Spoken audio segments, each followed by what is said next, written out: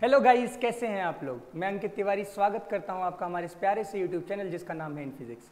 आज हम करने वाले हैं क्लास 10th साइंस का chapter number 2 acid basis and salt. आप लोगों ने लोअर क्लासेस में भी ये चैप्टर पढ़ रखा है, लेकिन हम इसको अपग्रेड करेंगे। अपग्रेड करने का मतलब क्या है, कुछ नई डेफिनेशंस देखेंगे, कुछ एग्जाम्पल्स देखेंगे, केमिकल रिएक्शंस देखेंगे, थोड़ा अपग्रेडेड वर्जन हम लोग पढ़ेंगे।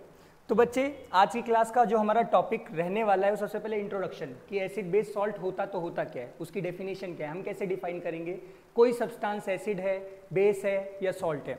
उसके बाद बच्चे हम लोग इंडिकेटर्स पढ़ेंगे। इंडिकेटर्स मतलब मान लो मैंने आपको कोई एक सब्सटेंस दे दिया, अब आपको बताना है कि वो एसिड है या बेस है, तो आप वो कैसे बताओगे, तो उसके लिए हम इंडिकेटर्स पढ़ेंगे। और लास्ट में आज की क्लास में हम लोग केमिकल रिएक्शंस देखेंगे एसिड और बेस की, कि कौन सी केमिकल रिएक्शन करते हैं। तो बच्चे, सबसे पहले बात करते हैं इंट्रोडक्शन की। तो आपको पता है कि एलिमेंट्स कंबाइन करते तो क्या बनता है, कंपाउंड बनता है। कंपाउंड को केमिकल प्रॉपर्टीज के बेसिस पे हम 3 कैटेगरी में डिवाइड करते हैं। कैटेगरी नंबर 1 एसिड, फिर बेस, फिर सॉल्ट। ये 3 कैटेगरी में हम डिवाइड करते हैं। तो बात करते हैं सबसे पहले एसिड की। तो देखो भाई, एसिड क्या होता है। सेवेंथ क्लास में आप लोगों ने पढ़ा था कि एसिड आर सोर इन टेस्ट, यही डेफिनेशन आप लोगों ने पढ़ ली थी। बट 10th क्लास के हिसाब से acid is a substance and acid is a substance which dissociate to release H+ ions when dissolved in water. Acid एक ऐसा सब्सटेंस होता है जिसको आप पानी में जब डिसॉल्व करो तो क्या निकलना चाहिए, H+ आयंस। ये किसका कॉन्सेप्ट है बच्चे, अरेनियस का कॉन्सेप्ट है।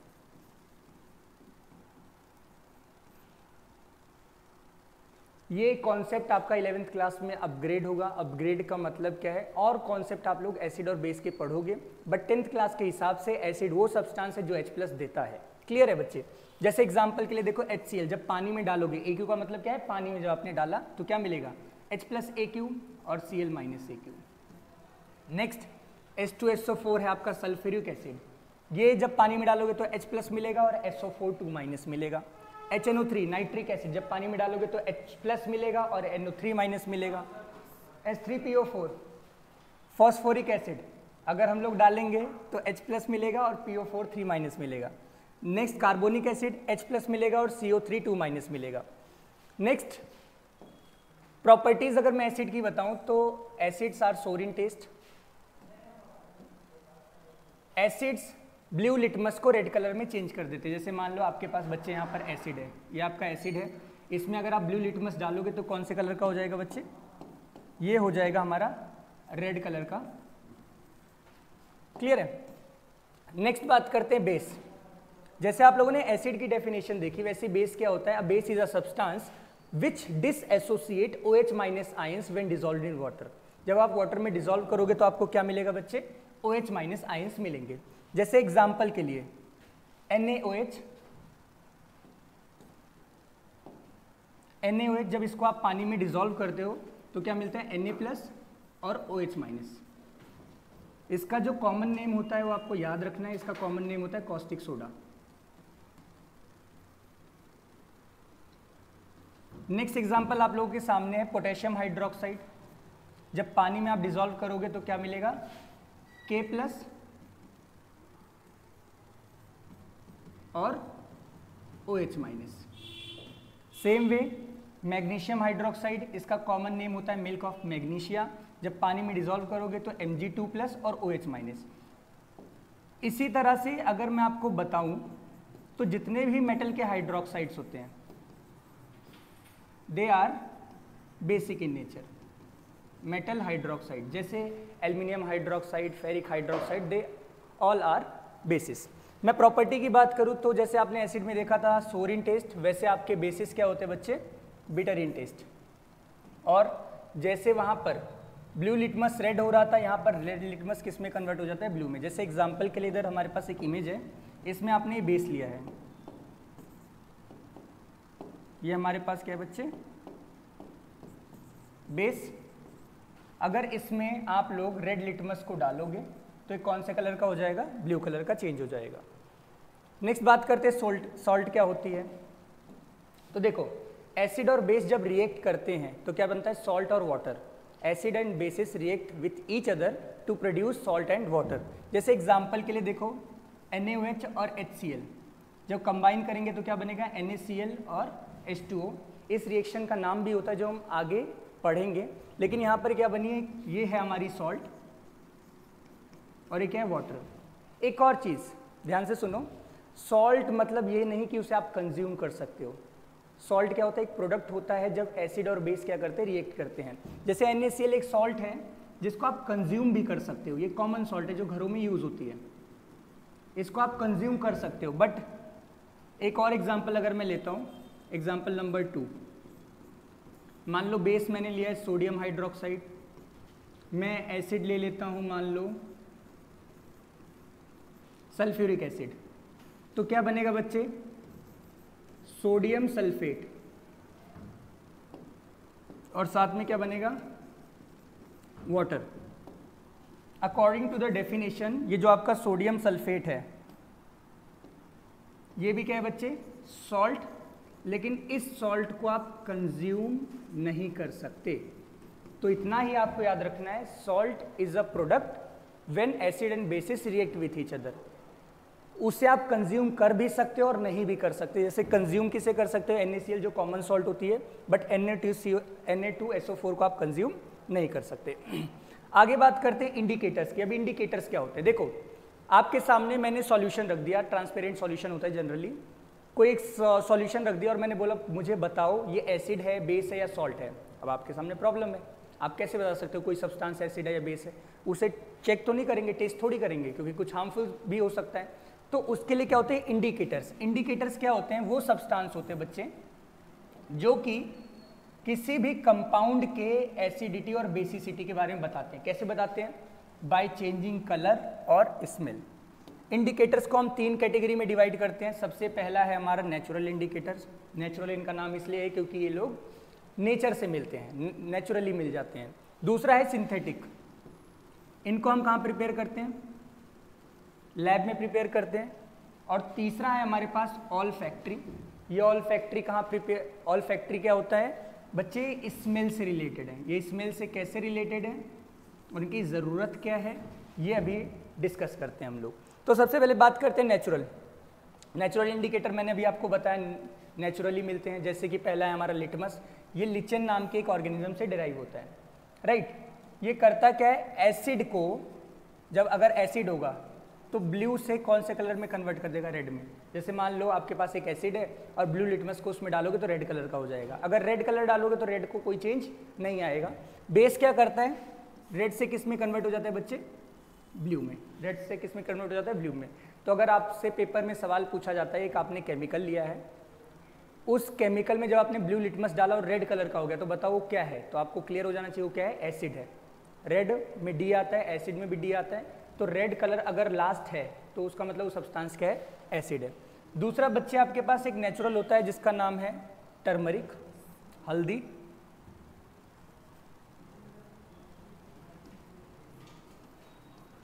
देखो भाई, हल्दी का सॉल्यूशन आप लोग ट्राई कर सकते हो, पेपर पे हल्दी लगा के आप ट्राई कर सकते हो।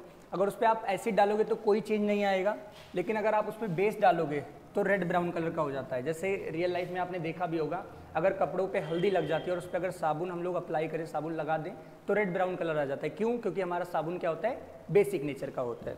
तो इसी के साथ ये हमारे नेचुरल इंडिकेटर्स थे। नेक्स्ट जो है वो कौन से, सिंथेटिक इंडिकेटर्स। सिंथेटिक मतलब क्या होता है बच्चे, हमने इनको कहाँ पर प्रिपेयर किया है, लेबोरेटरी में प्रिपेयर किया है, ठीक। सबसे पहला है आपका फिनोल्फ्थालीन, इंपॉर्टेंट है, आपको याद रखना है।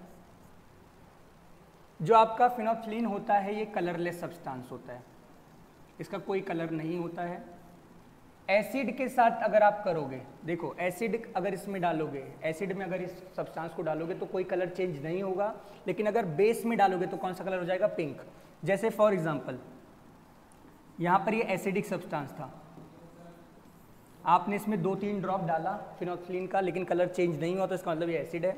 लेकिन ये क्या हो जाएगा बच्चे, बेस। रीज़न सुनो, क्योंकि इसमें जो सब्सटेंस था उसमें फिनोल्फ्थालीन डालने पर कौन सा कलर हो गया, 1-2 ड्रॉप डालना होता है, तो कौन सा कलर हो गया, पिंक कलर हो गया। नेक्स्ट आपके पास है मिथाइल ऑरेंज, नाम से ही क्लियर हो रहा होगा, इसका कलर क्या होगा, ऑरेंज कलर होगा। एसिड के साथ ये रेड शो करता है, बेस के साथ क्या शो करता है, येलो। याद करने का तरीका देख लो, आपके पास जैसे विवग्योर होता है तो ये है आपका मिथाइल ऑरेंज,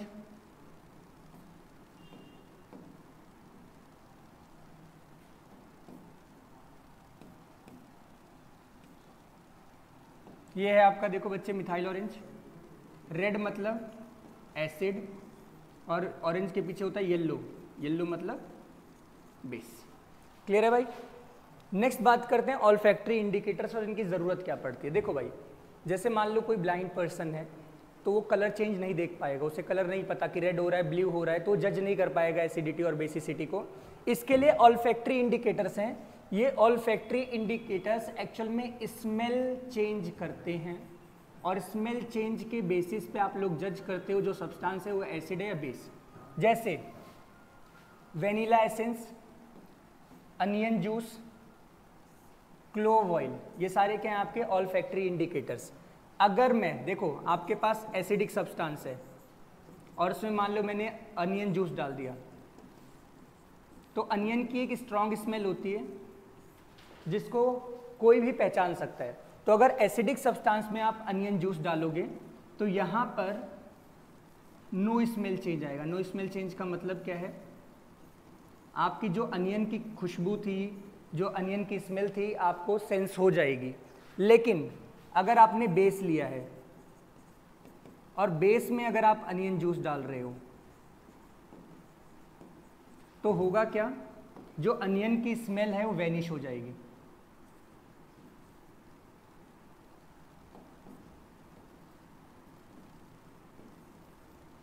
स्मेल क्या हो जाएगी, वैनिश हो जाएगी।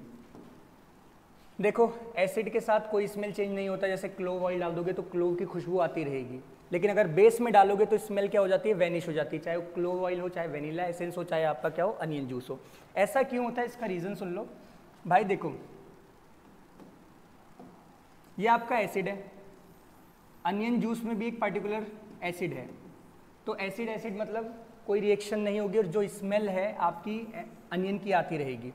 बट बेस और एक है एसिड, तो होगा क्या, न्यूट्रलाइजेशन हो जाएगा और स्मेल आपका क्या हो जाएगा, अनियन की क्या हो जाएगी, वैनिश हो जाएगी। तो आपको पेपर में सवाल क्या आता है कि मान लो आपके पास कोई एक सब्सटेंस है, उसमें आपने अनियन जूस डाला और स्मेल क्या हो चुकी है, वैनिश हो चुकी है, तो बताओ सब्सटेंस क्या है। तो आपको क्लियर हो जाना चाहिए कि स्मेल अगर वैनिश हुआ है तो सब्सटेंस क्या होगा, बेसिक होगा। ठीक है भाई, तो कुछ क्वेश्चंस कर लेते हैं। It's question time. पहला क्वेश्चन देखो, पहला क्वेश्चन यही है कि क्लोव ऑयल को अगर मैं HCl के साथ मिक्स करूं और NaOH के साथ मिक्स करूं तो क्या होने वाला है। तो एक काम करते हैं, लिखते हैं सॉल्यूशन। अगर मैं HCl के साथ क्लोव ऑयल मिक्स करूंगा, ठीक है, तो बोलोगे no smell change. No smell change मतलब आपकी जो क्लोव ऑयल की खुशबू है वो आती रहेगी। बट अगर मेरे पास सोडियम हाइड्रोक्साइड है, ये बेस है, और उसमें अगर मैं क्लोव ऑयल डाल देता हूँ तो क्लोव ऑयल की जो स्मेल है वो क्या हो जाएगी, वैनिश हो जाएगी। नेक्स्ट क्वेश्चन, इसको थोड़ा हटा देता हूँ क्योंकि जगह नहीं है। तो ये वाली चीज़ आपने लिख ली होगी, आई होप सो। तो ये चीज़ मैं यहाँ से इरेज कर रहा हूँ, बाकी आप लोगों ने लिख लिया होगा तो देख लेना। नेक्स्ट सेकंड आपके सामने लिखा हुआ है, सेकंड क्वेश्चन है, what will happen if we put phenolphthalein in calcium hydroxide and sulphuric acid. आपके सामने क्लियर होना चाहिए कि अगर कैल्शियम हाइड्रोक्साइड, ये क्या है, बेस, तो बेस में कौन सा कलर हो जाता है बच्चे, बोलोगे सर पिंक कलर। और सल्फ्यूरिक एसिड क्या रहेगा, कलरलेस, सिंपल। तो भाई इसी के साथ आज की क्लास का लास्ट टॉपिक हम करने जा रहे हैं, इंपॉर्टेंट टॉपिक, जो कि एक chemical reactions of acid and base. Acid और बेस कैसे रिएक्ट करते हैं।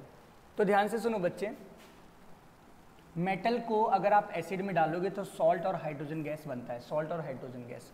जैसे एग्जांपल के लिए सोडियम और HCl को जब डाला तो sodium chloride plus hydrogen gas.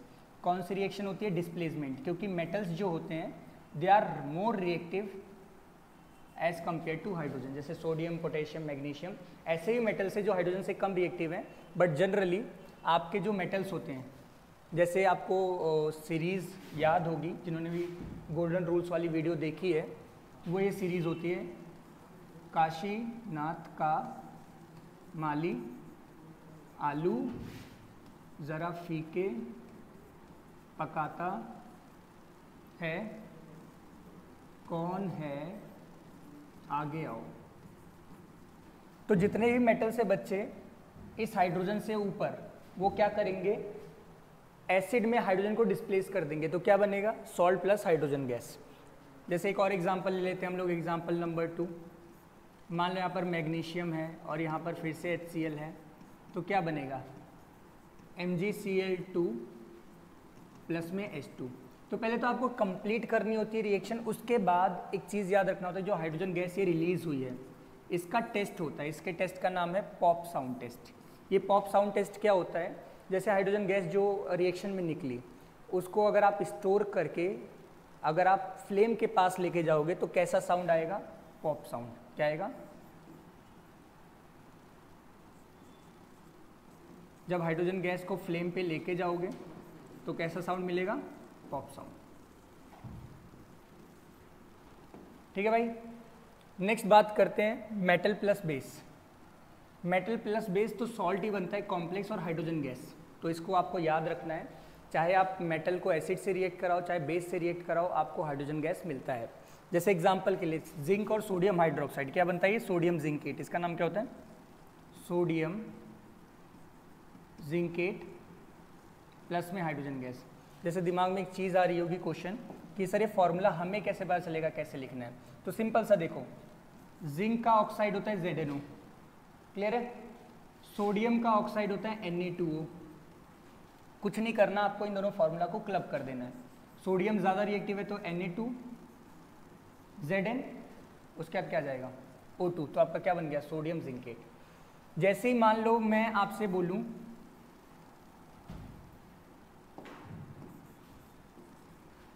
Sodium plus में, मान लो मैं एग्जांपल ले लेता हूँ, एक इसका ले लेता हूँ, एक काम करते हैं, एल्युमिनियम और सोडियम हाइड्रोक्साइड का ले लेता हूँ, एल्युमिनियम प्लस में सोडियम हाइड्रोक्साइड।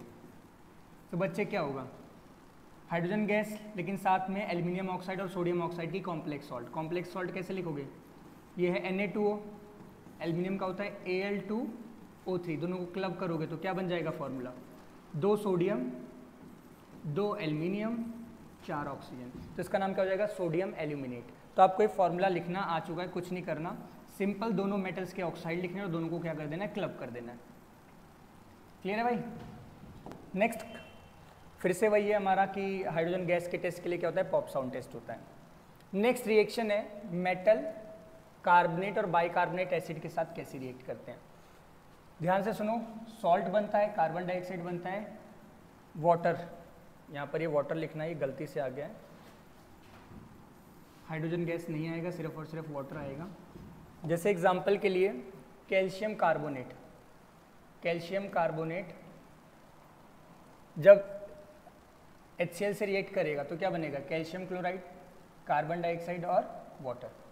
ठीक है भाई, कैल्शियम कार्बोनेट जब HCl से रिएक्ट करेगा, calcium chloride, carbon dioxide, water. एक और एग्जांपल देख लेते हैं हम लोग, एग्जांपल नंबर 2। मान लो मेरे पास सोडियम कार्बोनेट और यहाँ पर है एसिड H2SO4, तो क्या बनेगा, सिंपल सी बात है, सोडियम सल्फेट, कार्बन डाइऑक्साइड और साथ में water, this will be your product. अब ध्यान से सुनो, जो यहाँ पर एक कार्बन डाइऑक्साइड गैस रिलीज हो रही है, चाहे यहाँ पर चाहे यहाँ पर, इसका टेस्ट इंपॉर्टेंट है। जैसे हाइड्रोजन गैस का पॉप साउंड टेस्ट था, वैसे इस कार्बन डाइऑक्साइड टेस्ट का क्या होता है, lime water test. Lime water test क्या होता है, ध्यान से सुनो, ये रिएक्शन आपने चैप्टर नंबर 1 में पढ़ी है, यह है कैल्शियम हाइड्रोक्साइड, ठीक है, ये आपका क्या है, लाइम वाटर। जब इसमें कार्बन डाइऑक्साइड गैस अगर आप डालते हो तो क्या बनता है बच्चे, कैल्शियम कार्बोनेट, लाइम वाटर क्या हो जाता है, मिल्की हो जाता है। देखो ये नॉर्मल ये था, क्या था, कैल्शियम हाइड्रोक्साइड, बिल्कुल ट्रांसपेरेंट सॉल्यूशन। जैसे आपने कार्बन डाइऑक्साइड डाला तो इसमें क्या बन चुका है बच्चे, मिल्की बन चुका है सॉल्यूशन। क्यों? क्योंकि यहाँ पर क्या बन चुका है, कैल्शियम कार्बोनेट। तो आपको ये टेस्ट पता होना चाहिए। एक और चीज़ यहाँ पर इम्पॉर्टेंट बात है, वो इम्पॉर्टेंट क्या है, अगर आप लोग कार्बन डाइऑक्साइड को नॉर्मल अमाउंट में डालते हो तो ये बनता है कैल्शियम कार्बोनेट। बट यहाँ पर एक नोट लिखवा रहा हूँ मैं, नोट ये है कि कैल्शियम हाइड्रोक्साइड है आपका।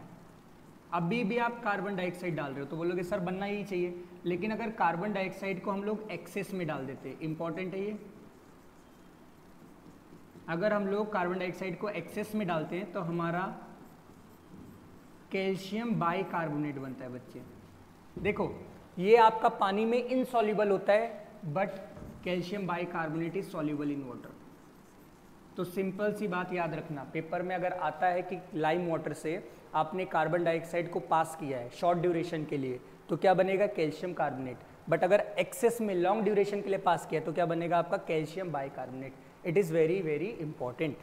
नेक्स्ट बात करते हैं, नेक्स्ट हम लोग करते हैं जो इम्पॉर्टेंट है, ये भी इम्पॉर्टेंट, सारी रिएक्शन से इम्पॉर्टेंट है एक्चुअल में, न्यूट्रलाइजेशन। देखो when acid and base react with each other it gives salt and water. तो अभी हमने देखा था सॉल्ट वाटर ये न्यूट्रलाइजेशन रिएक्शन ही थी। एग्जाम्पल HCl NaOH क्या बनता है, NaCl + H2O। जैसे देखो ये आपका मान लो बेस था, उसमें एसिड जब मिला रहे तो क्या बन रहा है, सॉल्ट और वाटर फॉर्म हो रहा है। ऐसे कोई भी एग्जाम्पल ले लो रैंडम सा, एग्जाम्पल नंबर 2 मान लो मैं यहाँ पर ले लेता हूँ मैग्नीशियम हाइड्रोक्साइड, एसिड पहले लिख देता हूँ, एक काम करते हैं, मैं यहाँ पर एसिड ले रहा हूँ मान लो H2SO4 और जो बेस ले रहा हूँ वो ले रहा हूँ मैग्नीशियम हाइड्रोक्साइड। तो मैग्नीशियम और सल्फेट मैग्नीशियम सल्फेट बन जाएगा MgSO4 और साथ में क्या बन जाएगा, H2। क्लियर है भाई? नेक्स्ट ध्यान से सुनो बच्चे, न्यूट्रलाइजेशन काफ़ी इंपॉर्टेंट है। उसके बाद आता है नॉन मेटल ऑक्साइड्स। ये भाई एसिडिक नेचर के होते हैं, इसमें भी न्यूट्रलाइजेशन होगा। Non metal oxide acidic nature के हैं, बेस है ये, तो एसिड प्लस बेस फिर से क्या बन जाएगा, सॉल्ट और वाटर। सिंपल सी बात याद रखना। जैसे कार्बन डाइऑक्साइड गैस, ये एज अ एसिड एक्ट करेगा, एज अ एसिड, और ये क्या एक्ट करेगा, एज अ बेस। तो क्या बन गया देखो, सॉल्ट और वाटर। तो अगर मैं आपसे पूछूं कार्बन डाइऑक्साइड क्या होगा तो बोलोगे एसिडिक नेचर का होगा, सल्फर डाइऑक्साइड क्या होगा, एसिडिक नेचर का होगा। क्लियर? जितने भी नॉन मेटल ऑक्साइड्स होते हैं they are of acidic nature. Next reaction है बच्चे हमारे पास मेटल ऑक्साइड प्लस एसिड। देखो जैसे नॉन मेटल ऑक्साइड्स क्या होते हैं, एसिडिक नेचर के होते हैं, ऐसे मेटल ऑक्साइड्स कौन से नेचर के होते हैं, बेसिक नेचर के होते हैं, बेस होते हैं। तो फिर से वही base plus acid salt plus water हो जाएगा। जैसे एग्जांपल के लिए magnesium oxide as a base act कर रहा है, तो ये दोनों रिएक्शन जो लास्ट में करवा रहा हूँ मैं, ये सब पार्ट्स है किसका, न्यूट्रलाइजेशन रिएक्शन का। तो ये बेस है, ये क्या है आपका बच्चे, एसिड। तो देखो मैग्नीशियम ऑक्साइड HCl, मैग्नीशियम और क्लोरीन रिएक्शन करके मैग्नीशियम क्लोराइड बना लेंगे और साथ में क्या बन जाएगा, H2O। तो यहाँ पर एक नोट भी लिखा हुआ है कि metal oxides are basic in nature. ठीक है भाई? तो आज की क्लास में बस इतना ही। इस लेक्चर को रिवाइज करें, वापस से देख लेना। अगर कोई डाउट हो तो कमेंट सेक्शन में आप कमेंट कर देना। इस लेक्चर के नोट्स आपको PDF फॉर्मेट में टेलीग्राम पे मिल जाएंगे। तो हंसते रहें, मुस्कुराते रहें और पढ़ते रहें और बने रहे इन फिजिक्स के साथ।